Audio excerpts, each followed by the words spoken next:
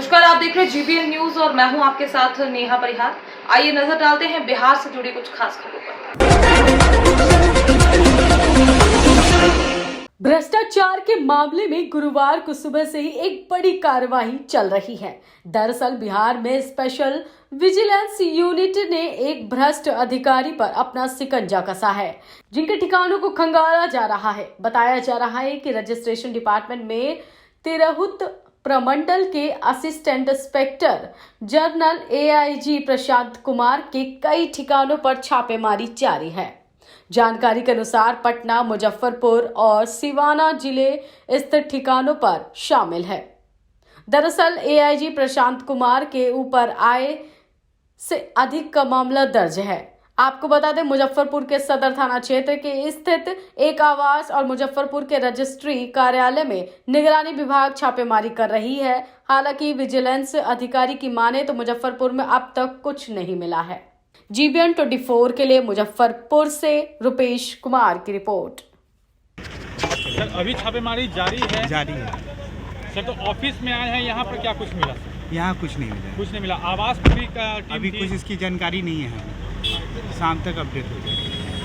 जहानाबाद जिला मुख्यालय से 10 किलोमीटर दूर भेलावर ओपी क्षेत्र के हाटी गांव में सुबह सुबह एक शव मिलने से सनसनी फैल गई।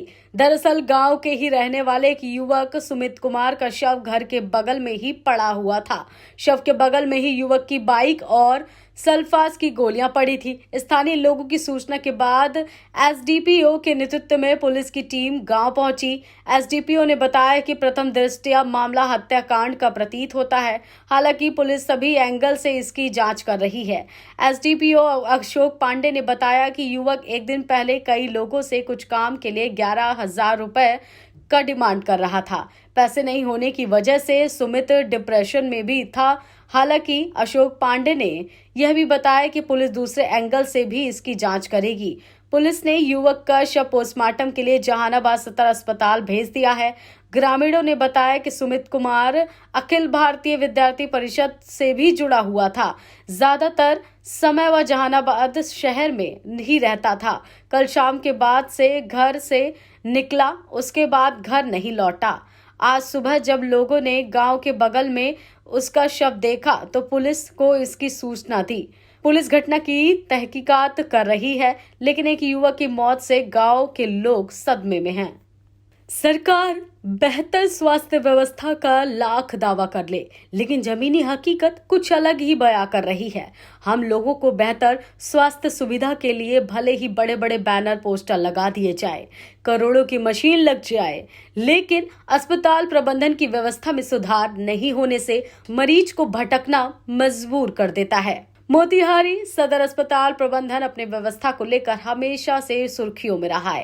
ताजा मामला कि बिजली कटते ही मरीज का पुर्जा कटना बंद हो जाता है, जिससे गांव देहात में आए मरीज डॉक्टर को दिखाने के लिए परेशान रहते हैं, लेकिन अस्पताल प्रबंधन पर कोई असर नहीं पड़ता है। गुरुवार को ओपीडी चालू होते ही बिजली कट गई। 2 घंटे तक बिजली कटी रही। बिजली कटने से सुबह से ही डॉक्टर को दिखाने आए मरीज पुर्जा कटाने के लिए परेशान हो गए, लेकिन मरीज की बेबसी सुनने वाला कोई नहीं था। 2 घंटे बाद बिजली आने के बाद ही पुर्जा कटना शुरू हुआ। मरीज के पूछे जाने पर डाटा ऑपरेटर द्वारा जनरेटर में तेल नहीं होने की बात कहकर अपना पल्ला झाड़ रहे थे। इसी से अनुमान लगाया जा सकता है कि सदर अस्पताल का हाल इतना बेहतर है तो बाकी अनुमंडलीय एवं पीएचसी का हाल कितना बेहतर होगा। डीएस ने 2 घंटे बिजली नहीं रहने से पुर्जा नहीं कटने की बात पर जनरेटर संचालक पर कार्रवाई की बात कही है। मोतिहारी सदर अस्पताल का हाल बेहाल है। अस्पताल प्रबंधन की लापरवाही के कारण दूर दराज से आए सैकड़ों मरीज बिजली कटने के कारण पुर्जा कटाने के लिए 2 घंटे लाइन में खड़ा होकर इंतजार करते रहे। अस्पताल प्रबंधन जनरेटर में तेल नहीं होने की बात कहकर अपना पल्ला झाड़ने में मशगूल रही। आखिर सदर अस्पताल में 3 जनरेटर होने के बाद भी बिजली कटते की पुर्जा बंद करना पड़ा। कतार में खड़े मरीजों ने बताया कि सुबह से ही मरीज दिखाने के लिए अस्पताल पहुंचे, लेकिन पुर्जा कटाने के लिए जब लाइन में लगी तब बिजली कट गई। 2 घंटे तक इस लाइन में खड़ा रहना पड़ा। फिर जब 2 घंटे बाद जब बिजली आई तब पुर्जा कटना शुरू हुआ। तब तक सैकड़ों मरीजों पुर्जा कटाने के लिए लंबी कतार में खड़े रहे। पूछने पर अस्पताल कर्मी द्वारा डीजल नहीं होने से जनरेटर नहीं चलने की बात कही गई। सीएससी अंजनी कुमार सिंह ने बताया कि बिजली नहीं रहने पर 2 घंटा पुर्जा नहीं कटना गंभीर मामला है। जांच कराकर दोषी के विरुद्ध सख्त कार्रवाई की जाएगी। जीवन 24 के लिए मोतिहारी से रविशंकर मिश्रा की रिपोर्ट।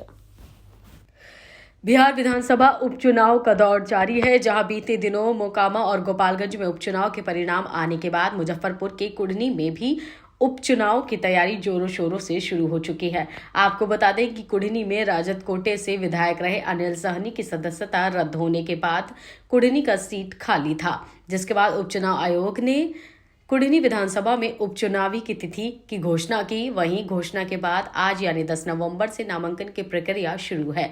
आपको बता दें, एसडीओ पश्चिमी कार्यालय में नामांकन के लिए डेस्क बनाए गए हैं। साथ ही सुरक्षा के दृष्टिकोण से पुलिस बल की तैनाती भी देखने को मिली है। नामांकन प्रक्रिया को लेकर जिला प्रशासन की क्या कुछ तैयारी है, इसको लेकर निर्वाची पदाधिकारी खगेश कुमार झा ने क्या कहा, जरा सुनिए। जीवन 24 के लिए मुजफ्फरपुर से रुपेश कुमार की रिपोर्ट। हमारी सारी तैयारी है नामांकन की। बाहर में हेल्प डेस्क है, वो कार्यरत है, फोर्स मजिस्ट्रेट अपनी जगह हैं, जो भी है सीसीटीवी वगैरह सब लगा हुआ है। हर तरह से हम लोग पूरी तैयारी किए हुए हैं। आज से शुरू है, 17 तक चलेगा। 17 नवंबर अपराह्न 3 बजे तक चलेगा। और पब्लिक हॉलीडे को छोड़कर हम सभी तिथियों को 11 बजे पूर्वाह्न से 3 बजे अपराह्न तक नोमिनेशन लिए जाएंगे। 18 नवंबर को स्क्रूटनी है और 21 नवंबर को 3 बजे अपराह्न से पहले तक नोमिनेशन वापस लिए जा सकेंगे। हमारी सारी तैयारी पूरी हो गई है, सुना देख रहे हैं। दानापुर पुलिस ने दानापुर और उसके आसपास के इलाकों में मोबाइल छिनतई करने वाले 2 अपराधियों को गिरफ्तार किया है। इस बात की जानकारी देते हुए दानापुर थाना प्रभारी कमलेश्वर प्रसाद ने एक प्रेस वार्ता में कहा कि पिछले महीने के 30 तारीख को पीड़ित संतोष शाह के लिखित आवेदन के आधार पर स्कूटी नंबर BRO 1P 1195 2 अज्ञात स्कूटी सवार के विरुद्ध दानापुर थाना कांड संख्या 108922 के अंतर्गत मामला दर्ज कर अनुसंधान शुरू किया गया। अनुसंधान के क्रम में बुधवार को दानापुर के गोला रोड सिटी पॉइंट विवाह भवन के सामने स्कूटी सवार 2 अपराधियों को गिरफ्तार किया गया। गिरफ्तार अपराधियों ने मोबाइल छिनतई में अपनी संलिप्तता स्वीकार की। गिरफ्तार दोनों अपराधी विकास कुमार और आकाश कुमार नया टोला और शाहपुर के रहने वाले हैं। गिरफ्तार अपराधियों के पास से चोरी के 8 मोबाइल और 1 स्कूटी को जब्त किया गया है। जीवन 24 के लिए दानापुर से पंकज राज की रिपोर्ट।